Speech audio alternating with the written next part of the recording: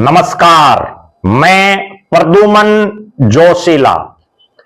कल का दिन ना केवल हिसार बल्कि हरियाणा प्रदेश की राजनीति में हलचल मचा देगा। जी हां, एक नेता जो किसी पार्टी में नहीं है, किसी पद पर नहीं है, उसके बावजूद हरियाणा के अलग अलग इलाकों में घूम घूम करके कार्यकर्ताओं से मिल रहा है और उनसे पूछ रहा है भविष्य को लेकर के। कल हिसार में वो नेताजी होंगे और हिसार जिसमें लोकसभा चुनाव के बाद और विधानसभा चुनाव के बाद इतने बड़े स्तर पर कार्यकर्ता सम्मेलन आयोजित करने वाले वो पहले नेता होंगे। वीडियो में विस्तार से मैं आपको बताऊंगा। उससे पहले आप सभी दर्शकों से यह अनुरोध है कि YouTube पर हमारे चैनल को सब्सक्राइब करें, बेल आइकन घंटी का बटन अवश्य दबाएं, वीडियो को ज्यादा से ज्यादा शेयर करें, वीडियो को हाइप जरूर करें, अपने विचार कमेंट के माध्यम से जरूर लिखें।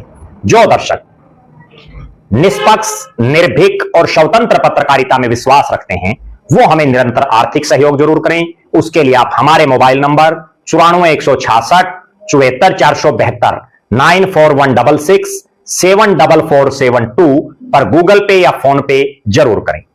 अब मैं आपको जो बताने जा रहा हूं, एक ऐसे शख्स जिनका राजनीति में बहुत लंबा चौड़ा राजनीतिक अनुभव रहा।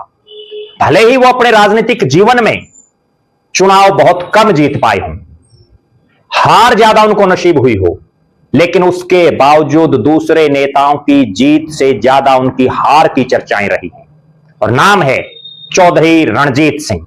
चौधरी रणजीत सिंह चौधरी देवीलाल के बेटे, फिलहाल किसी पार्टी में नहीं है। कल यानी 14 सितंबर को हिसार के महाराजा अग्रसेन भवन में एक बहुत बड़े कार्यकर्ता सम्मेलन को वो संबोधित करेंगे। हिसार लोकसभा से भारतीय जनता पार्टी के प्रत्याशी रहे। कांटे के मुकाबले में वो कांग्रेस के प्रत्याशी पूर्व केंद्रीय मंत्री जयप्रकाश जेपी से चुनाव हार गए। विधानसभा चुनाव की बारी आई तो निर्दलीय चुनाव लड़ा और कांटे की टक्कर दी, कुछ वोटों से पीछे रह गए। उसके बाद से लगातार जब सब नेता अपने अपने घरों में दुबके रहे या कार्यकर्ताओं से कन्नी काट ली ज्यादातर लोगों ने, उस दौरान भी चौधरी रणजीत सिंह जनता के बीच में रहे। वो एक बहुत बड़ी रैली करने की तैयारी कर रहे हैं, मेरे पास जो सूचना है। और उसी रैली के सिलसिले में माहौल बनाने के लिए, कार्यकर्ताओं की भावना को जानने के लिए हरियाणा के अलग अलग जिलों में वो जा रहे हैं। कभी नारनौल में कार्यकर्ता सम्मेलन कर रहे हैं तो कभी कुरुक्षेत्र में, कभी यमुनानगर में कार्यकर्ता सम्मेलन कर रहे हैं तो कभी जींद में मीटिंग ले रहे हैं, कभी सिरसा में 5 विधानसभा क्षेत्रों के हजारों कार्यकर्ताओं को संबोधित कर रहे हैं। तो अब जो मीटिंग वो पिछले 2007 से लगातार हर महीने ले रहे थे, इस बार भारी बारिश की वजह से 5 तारीख की बजाय वो 14 तारीख को कर दी। लेकिन इस बार आम रेस्ट हाउस वाली मीटिंग नहीं होगी। इस बार बहुत बड़ा कार्यकर्ता सम्मेलन होगा जिसमें वो खुद भी उपस्थित होंगे, उनके बेटे गगनदीप सिंह चौटाला भी उपस्थित रहेंगे। और मेरे पास जो सूचना है, इस कार्यकर्ता सम्मेलन में राजनीतिक पार्टियों की बंदिशों को तोड़ते हुए बहुत से नेता और कार्यकर्ता शामिल होंगे। लगभग 1.5 साल बीत चुका है लोकसभा के चुनाव को, उसके बावजूद लोगों को आज तक चौधरी रणजीत सिंह की वो हार नहीं पच रही है। और उसी का एक कारण रहा कि जिन जिन विधानसभा क्षेत्रों में चौधरी रणजीत सिंह को उम्मीद से कम वोट मिले, वहां वहां बीजेपी के प्रत्याशी चाहे वो कितने बड़े धुरंधर हों, चुनाव हार गए।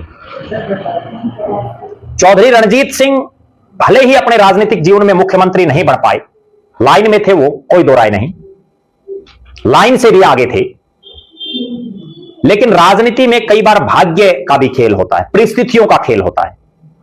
और अब हालात और परिस्थितियां ये हैं कि एक नौजवान नेता से भी ज्यादा मेहनत चौधरी रणजीत सिंह कर रहे हैं, एक युवा नेता से भी ज्यादा अपने नेता और कार्यकर्ताओं के बीच वो रह रहे हैं। 14 सितंबर का जो ये कार्यक्रम है, इस पर इसलिए भी विशेष नजरें हैं कि 25 सितंबर को चौधरी देवीलाल जी की जयंती है, जिसको इंडियन नेशनल लोकदल रोहतक में मना रहा है। जेजेपी की तरफ से अभी कोई कार्यक्रम नहीं आया है और उस 25 से पहले 14 तारीख को ही चौधरी रणजीत सिंह अपनी ताकत दिखा देंगे और ये बता देंगे कि चौधरी देवीलाल के राजनीतिक वारिस असली वो हैं।